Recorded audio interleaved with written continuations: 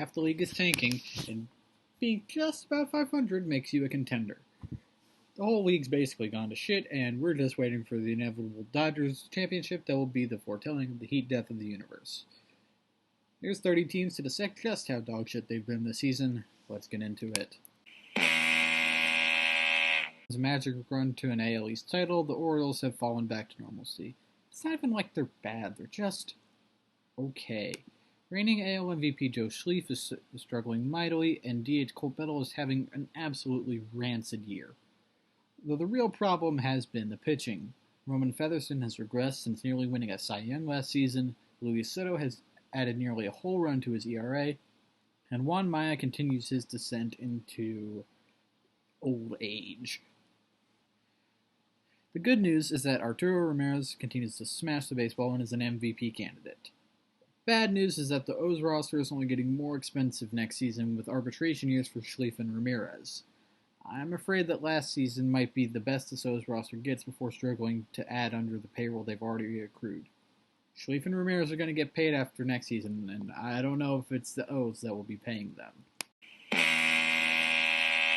Not elite anymore after jettisoning most of your elite talent, but this is still a solid team, making its run at a pretty respectable 9th straight postseason appearance. One question though, why the fuck did you trade Ismael Carrillo? Kitterson has been great, but Contreras and Herrera, the other pieces that Boston got when it traded away Carrillo, have been awful. Maybe it'll be worth it, but Carrillo is the best hitting prospect in baseball, and it'll take an amazing run from catch to make that trade worth it. It'd be nice if you can find some pitching to help out Trevino, Rosado, and Alfaro, too. 3 serviceable starting pitchers isn't going to cut it over a full season, boys. Figure it out. Yankees. Skylar Meredith and Trajan Fletcher are having career years. Rookie Arturo Castro made the All-Star game. Pat Fontanella and C.B. Murray have provided strong defense and consistent hitting in the infield. And Jorge Garza is making a run at the Cy Young.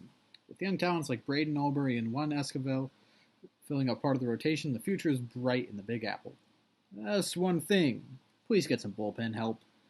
Hostetler, Goffney, Leitner, and Haar have been great, but the rest have been a tire fire.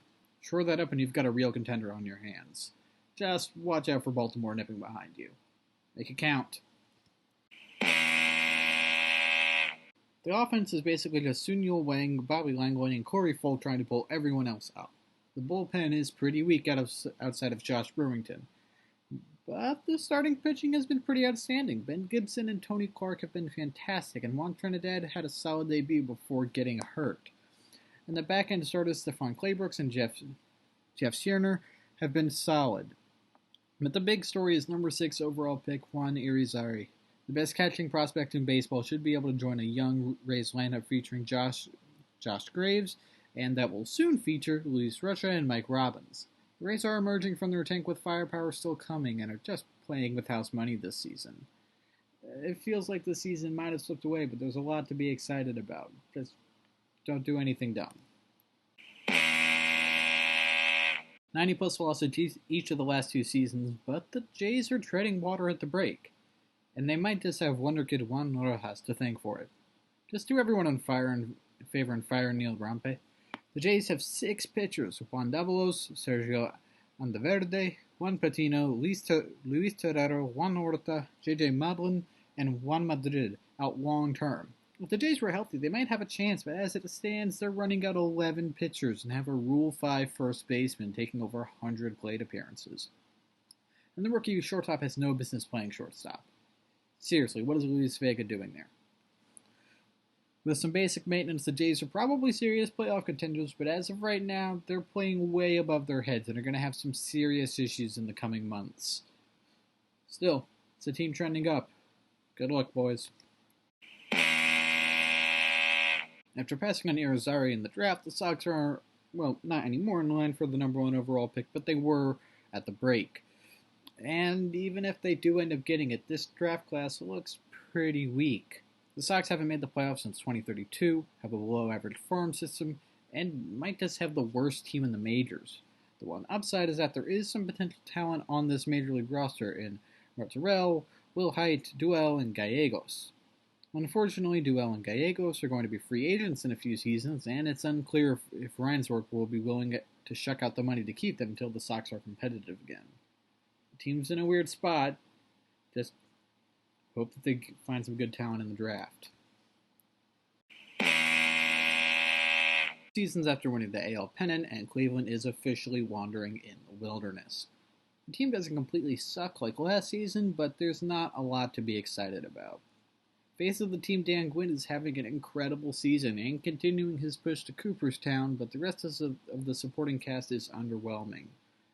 Armani Milton has been decent, but Jared Brown, who nearly won MVP when Cleveland made the World Series, has been bad, and Josh Frank has struggled mightily.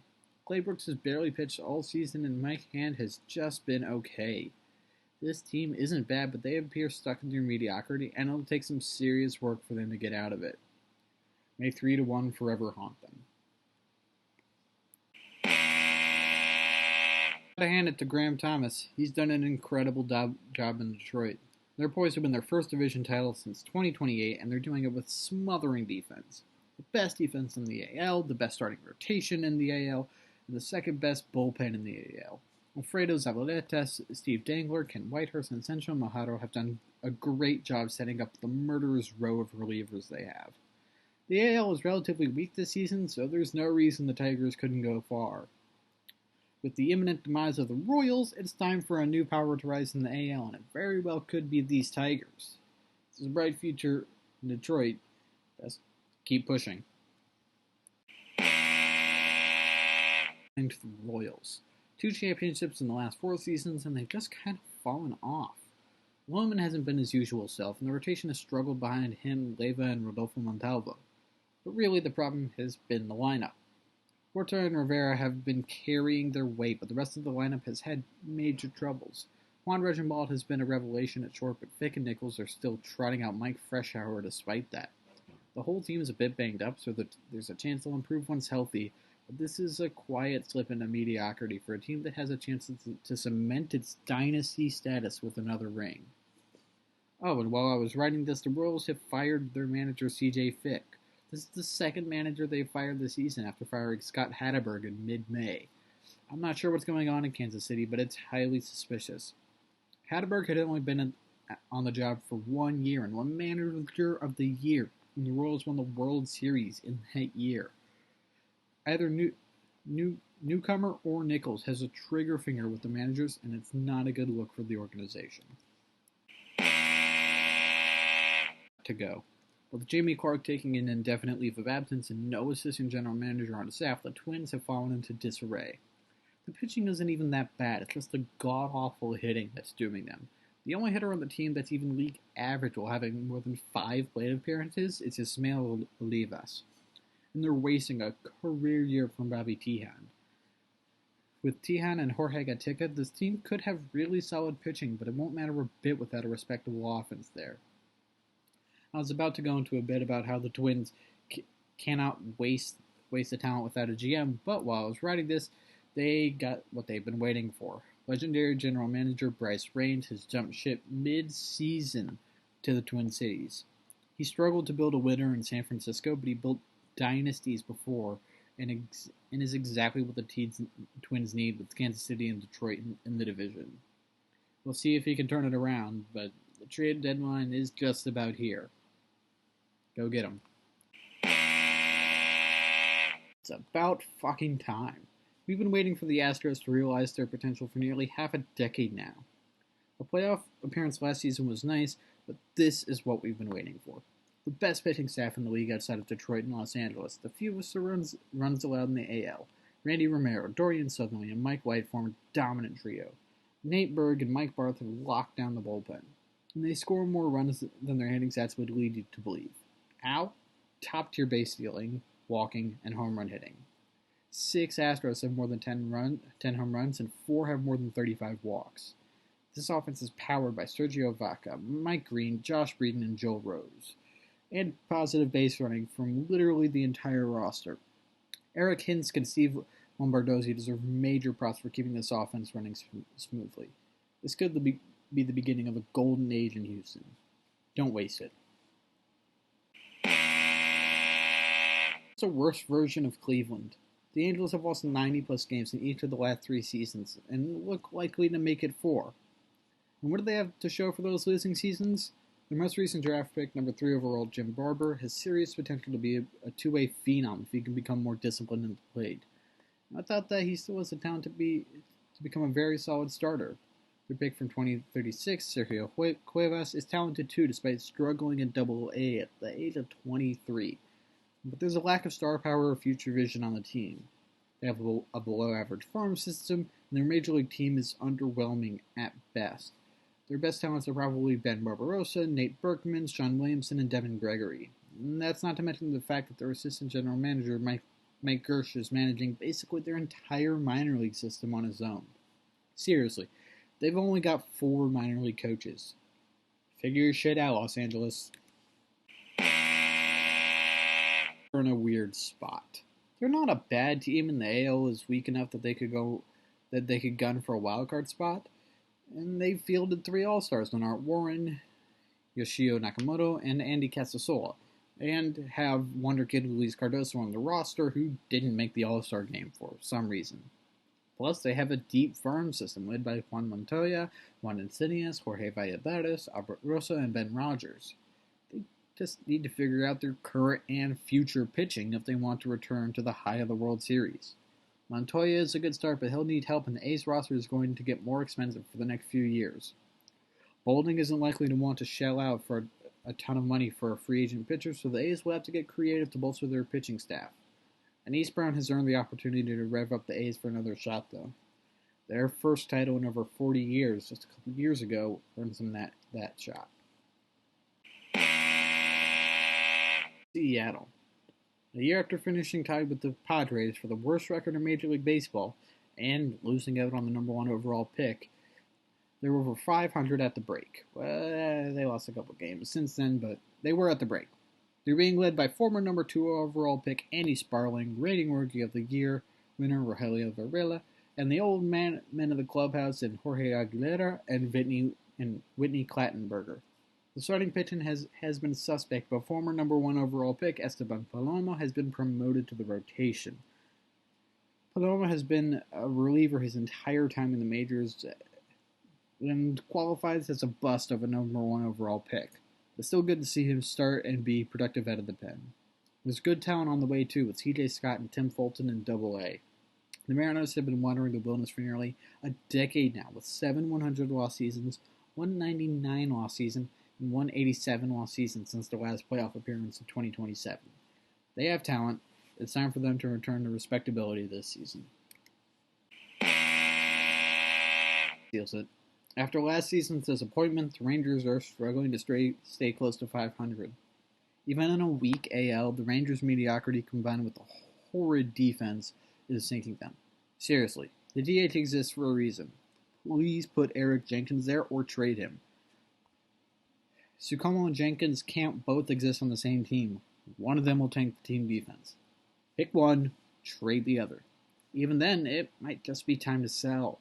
The prospect pool is nearly barren, and the team is one of the oldest teams in the majors. Jenkins, Miller, Sukomo, Gardner, and Hahn would all fetch great prices at the deadline. This core isn't getting it done. Time to think about the future. This team is wandering in the wilderness. There's some legit talent in the minors, namely Josh Brady, and Keon McDonald could be a franchise cornerstone. But for years, this has been a team about defense. They routinely field the best defense in the league, and it isn't working. Not only is it not converting into a good team, it's keeping the team from truly bottoming out. This team needs a vision that general manager Taylor Smith hasn't provided in years. Even this year, on pace to have a very high draft pick that they can use to try and rebuild, they've promoted top prospects Brady and Luis Gallegos. They're using duct tape to try and cover up the Grand Canyon. Either compete or tank, but don't do both. The Mets and Marlins aren't going to make competing easy for the Braves, so they better get to rebuilding. I just don't know if they can commit to it with the young talent on the roster right now. Just do not go away easily, do they? Eric Crawford is chasing a Cy Young award, and he's being backed up by elite pitching from Juan Betancourt, Dave Enders, and Leith Verge. The offense isn't elite, but it's well-rounded and could be elite as Sean Joseph and Luis Longoria manage to return to form. The big questions for this team will come in the offseason when they have over $60 million coming off the books. This is an almost annual occurrence with the Marlins, though, so the big question is when? When will this strategy of building a team entirely through free agency return a World Series? They were able to bring home titles in 2028 and 2030, but have been just middling since. They've been incredibly successful in the postseason when they do make it, though, so perhaps they just need to put their heads down at the deadline and try and get a Cinderella run going.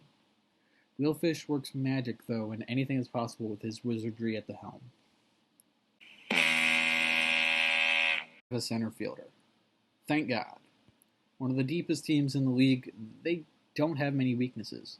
Arturo Toscarano continues his ascent into stardom, and Shokichi Suzuki and Sergio Moreno continue to crush the baseball. Just about the only players on this team with something to prove are Andy Lamb, Rogelio Cordero, and Mike Baker. Baker is still trying to turn his elite talent into results, Cordero is trying to keep his production consistent, and Lamb is trying to finally get a ring. As always with the Mets, the question is how will they stack up against the Reds and the Dodgers. This is still their tune-up phase, and they desperately needed a center fielder, which they got in Sam Clark. Will it be enough? Close. Kinda. There's elite talent throughout the pitching staff. Matisse Guiton, Wally Stewart, Sergio Bravo, Juan Espinosa, and Luis Saldana are all 27 or younger and extremely talented. They could be an absolutely devastating rotation together. But everything else is in shambles. The farm system is weak. Their only top 100 prospects are Lane Bigelow and Jeff Van Ostrand, neither of whom project to be better than regular contributors at the major league level. Their best hitting talents on the major league roster, Steve Crown and Pete McCurdy, have struggled mightily this year. And the bullpen is a complete dumpster fire outside of Ismail Madrigal and Andy Klumpner. There's a vision and talent here. It'll just take some work putting it together. I've got faith in Ball to figure it out. It might just take some time for those pitchers to develop. And getting another top-tier talent in this year's draft wouldn't hurt either. Think about it, Phillies. I'm not wasting time on this tire fire of a team. Come back to me when the GM isn't torpedoing the careers of multiple number 1 overall picks. Fuck off.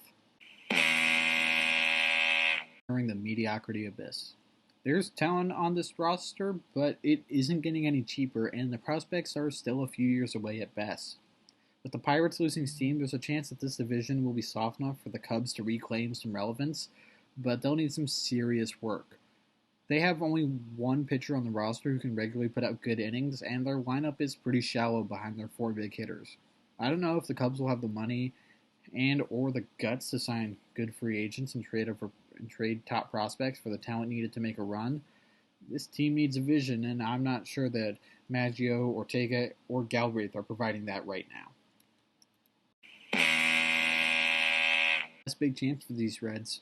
Marnix Vujicic is likely to leave in the offseason, and that'll be a big hole for the Reds to fill. There's still a lot of talent on this roster, but with the powerhouse Dodgers and Mets presenting significant challenges for the Reds every postseason, they're not going to be able to find anyone better than Vujicic to help them face them. There's holes on this roster like shortstop, center, and second base that could stand to be filled. It's just a matter of if the Reds want to make this their big charge or continue holding the line and hope that losing Vujicic doesn't completely tank them. Just do everyone a favor and don't do anything stupid. The world needs Ken Kwon Yu to be on a good team his whole career. Breaking their streak. The only problem is that they're injured to hell and back and fading after a strong April. They're getting strong performances from Mike Rounds and Bobby Wayrich, but really, what is Rounds doing at short? He needs to be playing third or second. It just feels like another golden opportunity at reaching the postseason is quietly slipping away from the Brewers. The last wildcard spot will most likely come down to the Rockies, the Brewers, and the Cardinals. The Brewers and the Cardinals play each other 7 times in a 2-week stretch. Whichever squad comes out ahead on those matchups will have a massive upper hand in getting the spot. The time is now, Brewers. Make the most of it. In Pittsburgh. Despite the dominance of Patrizio Brancati, the Pirates are struggling. The prospect pool is non-existent outside of Wardy Phillips, and the team will still be ludicrously expensive next season.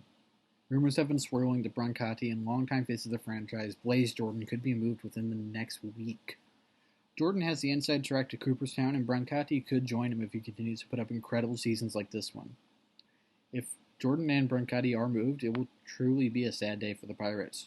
Generational talents like them and Mike Metzger have passed through the organization, and all they have to show for it are 2 pennants. And yet, it's probably the right move for the Pirates. Do what needs to be done, Pittsburgh. Help Brancati and Jordan get the rings they deserve. Classic Devil Magic Cardinals vibes. Chris Solau is pitching out of his mind, but this team has no depth in the lineup.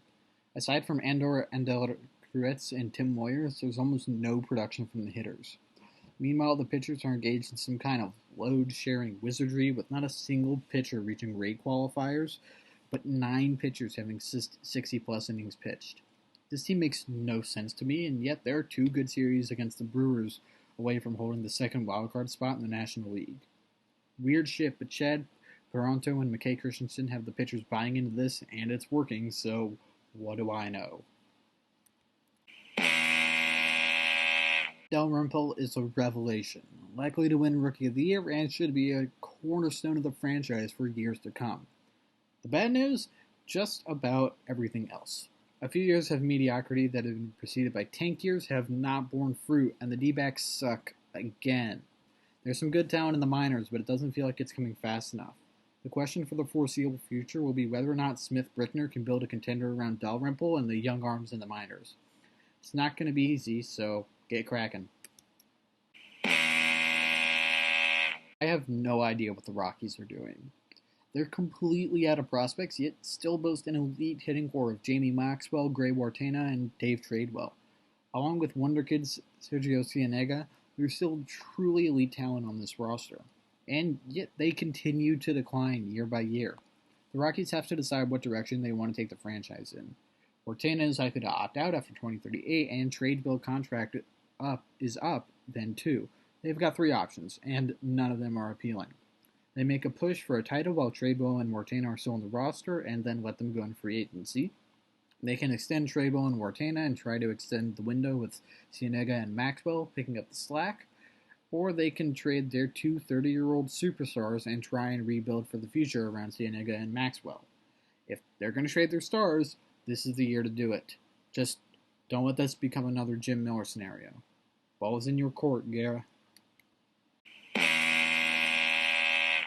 Do I even need to say it? Sure, this team is the most talented team in the league, wins the most games in the league, and is an organizational rock from top to bottom. It doesn't matter. Nothing will matter for the Dodgers until they win a ring. All the division titles and wins and Cy Youngs and MVP awards and All-Star Game appearances mean nothing until the Dodgers can raise a banner and claim a world championship. Not even the ever-elusive pennant will be enough for them. Mike Metzger needs a ring. Bobby Witt Jr. needs a ring. Benny Thomas needs a ring. Tyrese Wimby needs a ring. Norm Mielke needs a ring. The Dodgers need a ring. Nothing else matters. Get it done, Dodgers. No more excuses. The only pitching talent on this roster is Jorge Santoyo, and they're ruining him. Ben Ward is making $24 million to be a turnstile on the mound. Top pitching prospects like Alti Hinkanen, Jimmy Clark, and Andy Schlosser have completely died here. Hell, Chris Trujillo has had such bad problems with ligaments in his elbow that he'll likely never pitch in the big leagues. Top prospects Esteban Ochoa and Jake Doss have completely flopped. It's a pitcher's graveyard in San Diego. And now, number 1 overall pick Bobby Weaver is in the organization, just in time for them to ruin him too. Mike Mills needs to go if the Padres ever want a chance of turning a pitching prospect into a big league pitcher. Jesus Christ. And the man brought in to save the Giants is gone. Off to the Minnesota Twins just a week before the trade deadline. What now? There's still plenty of potential on the roster with Arturo Luna and Jorge Ramos.